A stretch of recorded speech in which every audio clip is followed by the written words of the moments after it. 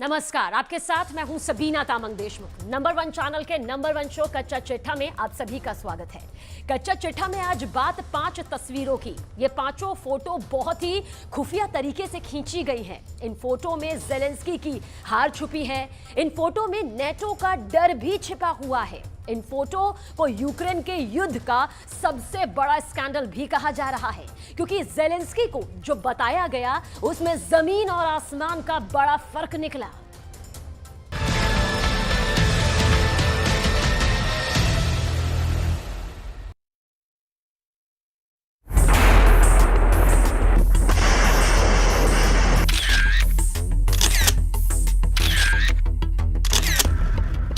Photo number 1, photo number 2, photo number 3,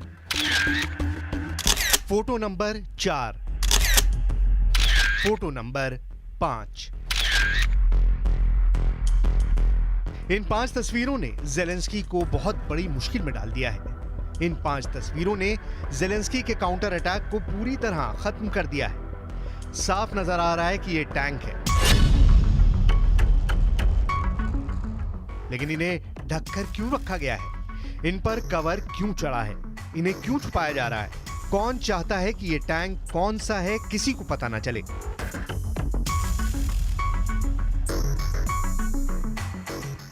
जब Ukraine को हथियारों की जरूरत है, टैंकों से लेकर बख्तरबंद गाड़ियों की जरूरत है, जब ज़ेलेंस्की को काउंटर अटैक के लिए बड़ी बड़ी तोप चाहिए, तब इन टैंकों को छुपा दिया गया है।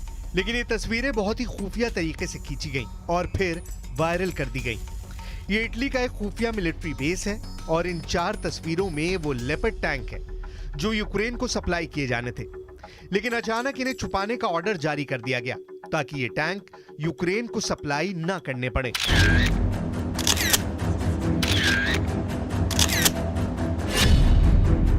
सवाल है कि इन टैंकों को छुपाने की नौबत क्यों आई?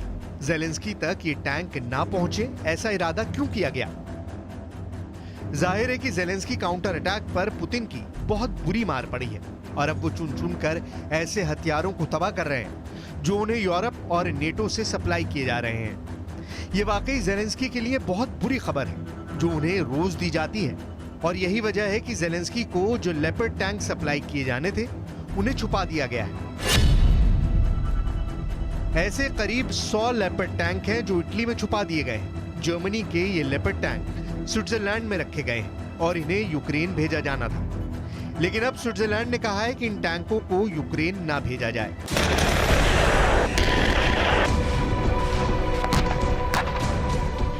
स्विट्जरलैंड का डर है कि यूक्रेन युद्ध को लेकर उसकी निष्पक्षता एक्सपोज हो रही है, इसीलिए उसने फैसला किया। लेपर्ड टैंक को जर्मनी ने बनाया था, लेकिन बाद में इसका उत्पादन लाइसेंस के जरिए स्विट्जरलैंड में हुआ।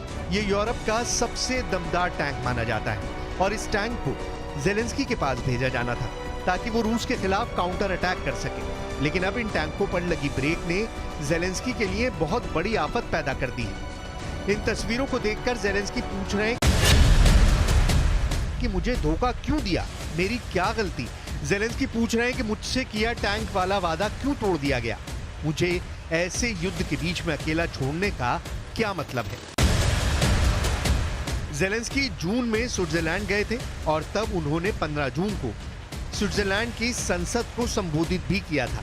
तब ज़ेलेंस्की से बड़े बड़े वादे किए गए, नए नए हथियारों के ख्वाब दिखाए गए और ज़ेलेंस्की की हालत ऐसी हो गई कि वो युद्ध लड़ने लायक ही नहीं बचे।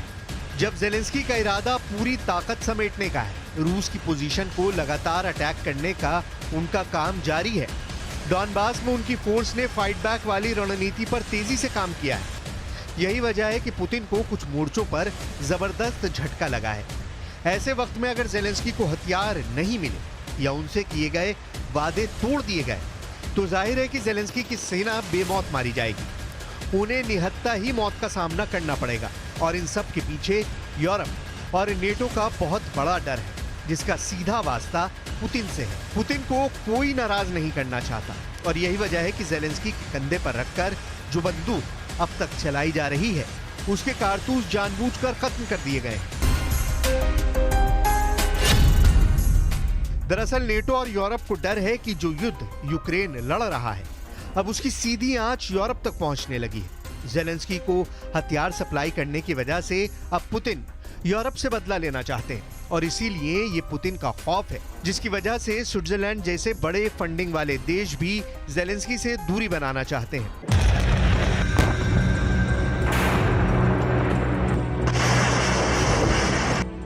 इस वक्त युद्ध में रूस को हराने के लिए जेलेंस्की को जो भी चाहिए वो उसे अपनी पहुंच में चाहते हैं। खेरसॉन में इस वक्त पुतिन बहुत ज्यादा प्रेशर में है, तो पुतिन ने नदी के पार अपना झंडा बरकरार रखने पर फोकस बढ़ा दिया है। यूक्रेन ने दावा किया है कि पुतिन को यहां से भी पीछे हटना पड़ेगा, लेकिन अब तो सब कुछ बंटाधार होता नजर आ रहा है, क्योंकि पुतिन खासतौर से उन हथियारों को तबाह कर रहे हैं जो या तो नेटो या फिर यूरोप के किसी देश से सप्लाई किए जा रहे हैं। इसे समझने के लिए आप यूक्रेन के बड़े हथियारों का कब्रिस्तान देखिए। ये यूक्रेन की सेना की तबाही का सबसे नया वीडियो है। पहले जो लाश नजर आएगी वो है अमेरिका से मिली स्ट्राइकर बख्तरबंद गाड़ी, पूरी तरह तबाह हो चुकी है। उसके बाद ड्रोन ऊपर से एक ब्रैडले बख्तरबंद गाड़ी का वीडियो बनाता है। ये भी जेलेंस्की को अमेरिका से मिली थी। आगे बारूदी सुरंग का टारगेट बना एक लेपर्ड टैंक पड़ा है।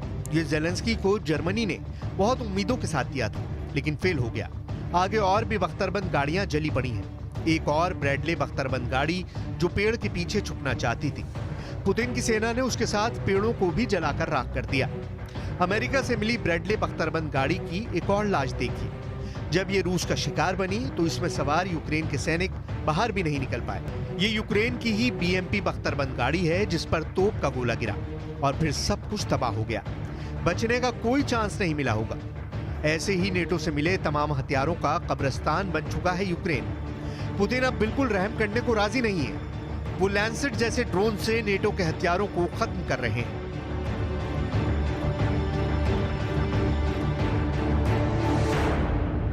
Півдні України. А росіяни знаходяться в обороні. Це Запорізька, Херсонська і Миколаївська області. Росіяни там здійснюють постійно обстріли, через що страждає в основному цивільна інфраструктура і цивільне населення. लैंसेट ड्रोन टैंक के उस हिस्से पर वार करता है जहां ईंधन होता है और वहां टैंक के गोले रखे जाते हैं। लैंसेट एक एक्स शेप वाला विंग्स वाला ड्रोन है जो अपने टारगेट से टकराकर ब्लास्ट करता है, यानी ये कामिकाज़े ड्रोन है।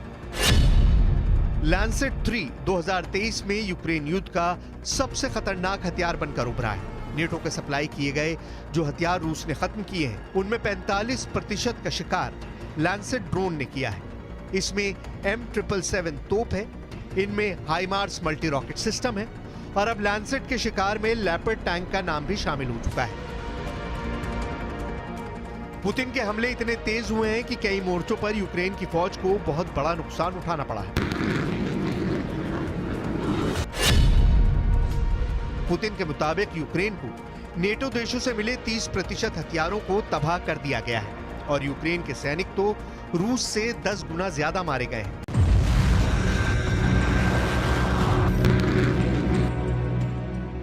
जेलेंस्की को जो हथियार दिए गए वो बहुत ही रंग रोगन के बाद मिले, लेकिन युद्ध में आने के बाद उनके परखच्चे ऐसे उड़े कि अब उनको पहचानना मुश्किल है। यूक्रेन में युद्ध बहुत ही खतरनाक चल रहा है। यहाँ ये बात अब मायने नहीं रखती कि फौजी टैंक में है या उसके बाहर, मौत उसका पीछा मोटी बख्तर वाले टैंक में भी नहीं छोड़ रही। ऐसे ही धमाकों को देखकर जेलेंस्की की फौज घबराई हुई है। पुतिन की सेना के सामने भी चुनौती बड़ी है, क्योंकि जो हथियार जेलेंस्की को यूरोप से मिला है वो क्वालिटी के मामले में यूक्रेन के टैंकों से बेहतर ही है। ये पोलैंड से आया वीडियो है। जब लेपर्ड टैंक तैयार किए गए थे तो उनको बहुत ही शानदार तरीके से पेंट किया गया ताकि जेलेंस्की को लगे कि पुराने टैंक भी नए टैंक की तरह लड़ेंगे। यही लेपर्ड टैंक यूक्रेन भेजे गए और अब इनका हाल ऐसा है कि जेलेंस्की लेपर्ड टैंक को वहां तैनात कर रहे हैं जहां पुतिन की सेना से उन्हें कम खतरा है। लेपर्ड टैंक को पेंट करके उन्हें एकदम नया बना दिया गया और जेलेंस्की ये बात भूल गए कि जरूरी नहीं कि जो जैसा दिखता है वो वैसा होता भी है। ऐसे ही यूक्रेन को एब्रम्स टैंक का भी वादा किया गया है, लेकिन वो कब तक मिलेगा कोई नहीं जानता। पुतिन जानते हैं कि उनके रास्ते में बैरिकेड लगाने के लिए नेटो जेलेंस्की को लगातार पावरफुल बनाता जा रहा है। हालांकि पुतिन के जवाबी अटैक के बाद जेलेंस्की के पास नए हथियारों की डिमांड के अलावा कोई रास्ता नहीं बचता। जेलेंस्की को सिर्फ अमेरिका से क्या-क्या मिला, उसकी एक छोटी सी लिस्ट देख लीजिए। 2023 में अब तक अमेरिका ने यूक्रेन को $5 बिलियन यानी करीब 40,000 करोड़ की मदद दे दी है। 2022 में अमेरिका ने यूक्रेन को 50,000 करोड़ की मदद दी थी। अमेरिका की फंडिंग से जेलेंस्की पर नोटों की बारिश हो रही है, ये पूरी दुनिया देख रही है और पुतिन तो इससे बहुत ज्यादा गुस्से में है। यही वजह है कि पुतिन की मिसाइल हर तरफ बरस रही है। पुतिन लगातार ड्रोन और लंबी दूरी के रॉकेट से भी ताबड़तोड़ हमले कर रहे हैं। पुतिन की कोशिश है कि ऐसी ही हालत वो यूक्रेन की हर इमारत की कर दे। यही वजह है कि युद्ध में आई अचानक इस तेजी ने बहुत कुछ उलटफेर करना शुरू कर दिया है। देखा जाए तो तमाम मदद के बावजूद जेलेंस्की ने अगस्त का महीना तो किसी तरह निकाल लिया है, लेकिन अब सितंबर का महीना बहुत बड़ी चुनौती बनकर उभरने वाला है।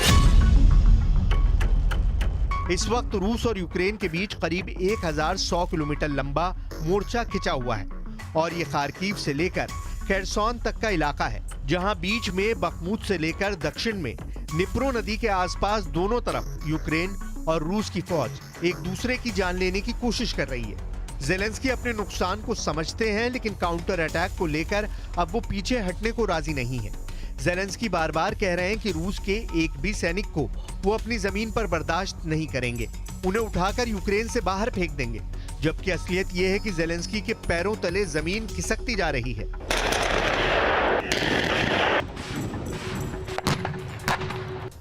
यूक्रेन के राष्ट्रपति जेलेंस्की